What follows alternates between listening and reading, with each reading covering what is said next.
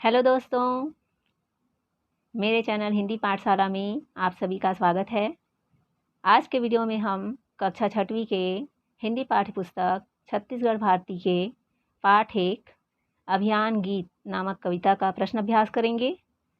पूरा प्रश्नोत्तर जानने के लिए आप वीडियो को पूरा देखना और जिन्होंने मेरे चैनल को सब्सक्राइब नहीं किया है वे सब्सक्राइब भी कर देंगे। तो आइए दोस्तों, प्रश्न अभ्यास शुरू करते हैं। पाठ से पहला प्रश्न है, अभियान गीत से क्या तात्पर्य है।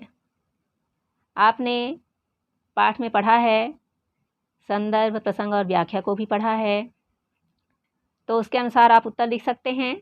जैसे यहाँ लिखा हुआ है, अभियान गीत का तात्पर्य है दल बल सहित चलना, अर्थात हाथों में राष्ट्रध्वज लेकर कदम से कदम मिलाकर परेड के रूप में चलते हुए देशभक्ति गीत गान से है। इसके माध्यम से बालक ये प्रतिज्ञा करते हैं कि वे अपने देश के प्रति अपने कर्तव्य का पालन करते हुए देश के सम्मान और गौरव की रक्षा करेंगे। प्रश्न दूसरा है, बालक भारत की मिट्टी की महिमा का गान क्यों कर रहा है। तो आप उत्तर इस प्रकार से लिख सकते हैं, बालक भारत की मिट्टी की महिमा का गान इसलिए कर रहा है क्योंकि भारत की मिट्टी में उसने जन्म लिया, इसकी मिट्टी में खेलकर वह बड़ा हुआ। इस मिट्टी के शान और मान की रक्षा के लिए हमारे पूर्वजों ने अपने प्राणों की आहुति दी है। भारत माँ सभी से ममता और समानता का व्यवहार करते हुए सबका पालन पोषण करती है।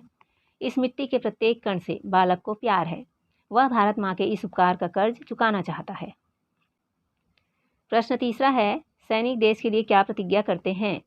उत्तर है, सैनिक देश के लिए यह प्रतिज्ञा करते हैं कि हम अपना बलिदान दे देंगे, किंतु हमारे देश के प्रतीक चिन्ह राष्ट्रीय ध्वज का अपमान नहीं होने देंगे। हम देश पर अपना सर्वस्व समर्पित कर मिट जाएंगे, किंतु हमारे प्यारे देश हिंदुस्तान की सुरक्षा और सम्मान पर आँच नहीं आने देंगे। समय आने पर राष्ट्र के लिए हम अपने प्राण देने को तत्पर रहेंगे। प्रश्न 4 है, अनेकता में एकता यह भारत की विशेषता है। यह भाव कविता की किन पंक्तियों में है, उन्हें लिखिए। तो आपने पाठ में पढ़ा है, अर्थ में भी पढ़ा है। तो यह पंक्तियां हैं, धर्म अलग हो, जाति अलग हो, वर्ग अलग हो, भाषाएं, पर्वत सागर तट वन मरुस्थल मैदानों से हम आए, फौजी वर्दी में हम सबसे पहले हिंदुस्तान के। ये है इस प्रश्न का उत्तर। प्रश्न 5 है, भारत माता के बेटे सीना तानकर चलने की बात क्यों करते हैं। उत्तर इस प्रकार है, भारत माता के बेटे सीना तानकर चलने की बात इसलिए करते हैं क्योंकि भारत की सांस्कृतिक विरासत एवं गौरवशाली अतीत पर उन्हें गर्व है। प्रश्न 6 है, कवि अभियान गीत के माध्यम से भारत माता का कौन सा कर्ज चुकाने की बात करते हैं। उत्तर आप इस प्रकार लिख सकते हैं, अभियान गीत के माध्यम से कवि कह रहे हैं कि भारत माता की मिट्टी में हमने जन्म लिया है, यहाँ की मिट्टी में खेलकर हम बड़े हुए हैं, यहाँ के जल अन्न खाकर हमारा पालन पोषण हुआ है। भारत माँ के रजकन के एहसान का हम पर कर्ज है, जिसे हम चुकाना चाहते हैं। प्रश्न 7 है, मातृभूमि की रक्षा के लिए सैनिक क्या क्या करते हैं। उत्तर इस प्रकार से आप लिख सकते हैं, मातृभूमि की रक्षा के लिए देश के वीर सैनिक अपने प्राणों को भी न्यौछावर करने से नहीं चूकते। भारत जननी के गौरव की रक्षा के लिए वे अपना सर्वस्व समर्पित कर देते हैं। अगला प्रश्न है, सैनिक खुद मिटकर देश के किन निशानों को बचाना चाहते हैं। उत्तर इस प्रकार से लिख सकते हैं, सैनिक खुद मिटकर देश के निशान अर्थात राष्ट्रीय आन बान और शान के प्रतीकों को, जैसे राष्ट्रीय तिरंगा ध्वज, कमल, सिंह जिसे हम व्याघ्र कहते हैं, राष्ट्रीय चिन्ह, अशोक स्तंभ आदि को बचाना चाहते हैं। प्रश्न 9 है, कवि सैनिकों की वीर गाथा को गांव, नगर, घर तक क्यों पहुंचाना चाहता है। उत्तर आप इस प्रकार से लिख सकते हैं, कवि सैनिकों की वीर गाथा को गांव, नगर, घर तक इसलिए पहुंचाना चाहता है क्योंकि आने वाली पीढ़ी भी सैनिकों के बलिदान को ना भूले और ये पीढ़ियां भी अपनी भारत माता की रक्षा के लिए अपना सर्वस्व बलिदान करने के लिए प्रेरित होते रहें। प्रश्न 10वां है, बालक भारत माता की मिट्टी की महिमा का गान किस तरह कर रहा है, अपनी भाषा में लिखिए। तो आप अपनी भाषा में सोच समझकर लिख सकते हैं। जैसे यहाँ लिखा है, हम इसी मिट्टी में पले बढ़े खेले कूदे हैं, इस मिट्टी से हमें प्यार है और हमें इसी से समानता की सीख मिली है। हमें इस मिट्टी के एहसानों के कर्ज को चुकाना है। बालक इस तरह भारत की मिट्टी की महिमा का गान कर रहा है। पाठ से आगे का प्रश्न देखिए। प्रश्न पहला, भारत की सुरक्षा के लिए सैनिक सदैव तत्पर रहते हैं। अगर आपको देश के लिए कुछ करने का अवसर मिल जाए तो आप कौन सा काम करना चाहेंगे? तो इसका उत्तर आप अपने विचार से लिखेंगे। जैसे मैंने यहाँ अपना विचार लिखा है, यदि मुझे देश के लिए कुछ करने का अवसर प्राप्त होगा तो मैं देश की तरक्की और उन्नति के लिए सदैव कार्य करूँगा और अपने देश के सम्मान की रक्षा के लिए सदैव तत्पर रहूँगा। आगे का प्रश्न देखिए। किसी सैनिक या फौजी को देखकर आपके मन में उनके परिवार वालों के प्रति कौन से भाव आते हैं? उन भावों को अपने शब्दों में लिखिए। तो मेरे मन में ये विचार आते हैं कि धन्य है वे परिवार जिन्होंने अपने परिवार के इस लाल को भारत माता की रक्षा के लिए सहर्ष समर्पित कर दिया। उनके प्रति मेरा सम्मान, प्रेम और बढ़ जाता है। तो आप भी अपने विचार से इसका उत्तर लिख सकते हैं। प्रश्न तीसरा है, अपने देश के प्रति हम सभी के कर्तव्य है, वैसे ही अपने विद्यालय के प्रति भी हमारे कर्तव्य हैं। कोई 4 कर्तव्य जो अपने विद्यालय के प्रति निष्ठापूर्वक करना चाहते हैं उन्हें लिखिए। तो आप अपने विद्यालय के प्रति कौन सा कर्तव्य लगनपूर्वक निभाना चाहते हैं उसे आप यहाँ पर लिख सकते हैं। जैसे यहाँ लिखा है, पहला है विद्यालय की प्रतिष्ठा बढ़ाने का प्रयास करना। दूसरा है विद्यालय में उपलब्ध सामग्री या सामान का सही उपयोग एवं सुरक्षा करना। तीसरा है विद्यालय की स्वच्छता का ध्यान रखना। चौथा है विद्यालय के नियम और अनुशासन का पालन करना। आगे का प्रश्न देखिए। देश की रक्षा करने वाले फौजी वर्दी पहनते हैं। वर्दी पहनने के क्या कारण हो सकते हैं? अपने विचार लिखिए। तो यहाँ पर आपको फौजी वर्दी के बारे में लिखना है कि इसे क्यों पहना जाता है। आप उत्तर में इस प्रकार लिख सकते हैं कि सैनिकों को वर्दी एक अलग पहचान दिलाता है, जिसके कारण सैनिकों को वर्दी पर गर्व होता है तथा सैनिक के हृदय में अलग अलग जाति धर्म के होने की भेद भावना हटकर देश सेवा की भावना जागृत हो जाती है। उनकी वर्दी में देशभक्ति, निष्ठा, त्याग की भावना समाई हुई होती है। लोग उन्हें सम्मान प्रदान करते हैं। इसको पहनने से सैनिकों में गर्व, वीरता और साहस का संचार होता है। अगला प्रश्न देखिए। राष्ट्र के प्रति नागरिकों के क्या कर्तव्य है उन्हें लिखिए। तो आप उत्तर इस प्रकार से लिख सकते हैं कि हमें राष्ट्रीय प्रतीकों का सम्मान करना चाहिए। जब राष्ट्रगान चल रहा हो तो सावधान की स्थिति में खड़ा होकर उनका सम्मान करना चाहिए। राष्ट्र की संपत्ति की सुरक्षा एवं देश की एकता व अखंडता को बनाए रखना चाहिए तथा देश की उन्नति में सहायक बनना चाहिए।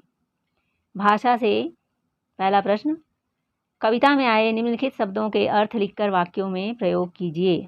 यहाँ पर कुछ शब्द दिए गए हैं। शीश कटाना, सीना तान कर चलना, कर्ज चुकाना, बलिदान देना। इसका अर्थ लिखना है और आपको वाक्यों में प्रयोग भी करना है। तो आप इस प्रकार से कर सकते हैं। शीश कटाना का अर्थ है प्राणों का बलिदान देना। वाक्य प्रयोग इस प्रकार से, देश की रक्षा के लिए हमारे पूर्वजों ने अपने शीश कटाए हैं। अगला शब्द है सीना तान कर चलना, अर्थात आत्मसम्मान के साथ चलना। वाक्य प्रयोग है, हम सब भारत माता के बेटे सीना तान कर चलते हैं। अगला शब्द है कर्ज चुकाना, अर्थात ऋण चुकाना। इसका वाक्य प्रयोग है, बच्चों को माता पिता का कर्ज चुकाना चाहिए। अगला शब्द है बलिदान देना, अर्थात प्राण न्यौछावर करना। वाक्य प्रयोग इस प्रकार है, भगत सिंह ने भारत माता की आज़ादी के लिए अपना बलिदान दे दिया। अब आगे का प्रश्न देखिए। क्या शब्द का प्रयोग करके बनाए गए इन प्रश्नवाचक वाक्यों को पढ़िए। क है, क्या आपका नाम मीना है? ख है, आपने खाने में क्या खाया? यहाँ 2 प्रश्नवाचक वाक्य दिए गए हैं जिसमें वाक्य के अंत में प्रश्नवाचक चिन्ह लगा हुआ है। आप चिन्हों को देखकर पहचान सकते हैं कि ये प्रश्नवाचक वाक्य है। भाषा में प्रश्नवाचक वाक्य 2 प्रकार के होते हैं, हाँ या ना उत्तर वाले प्रश्नवाचक वाक्य और सूचनाओं की अपेक्षा रखने वाले प्रश्नवाचक वाक्य। पहले वाले वाक्य का उत्तर हाँ या नहीं में होगा।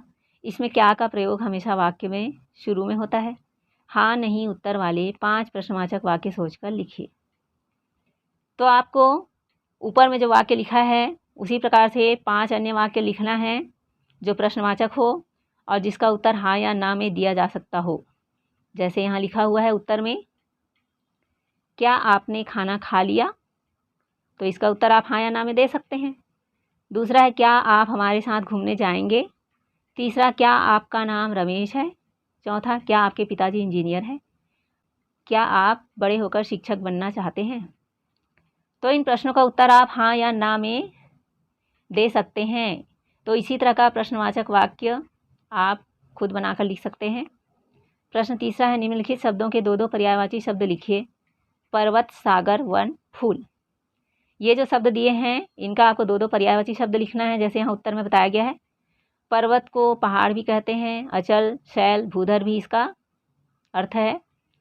सागर का अर्थ है समुद्र, रत्नाकर, जलनिधि, वारिधि। वन का अर्थ है जंगल, कानन, विपिन, अरण्य। फूल का पर्यायवाची शब्द पुष्प, सुमन, कुसुम, प्रसून।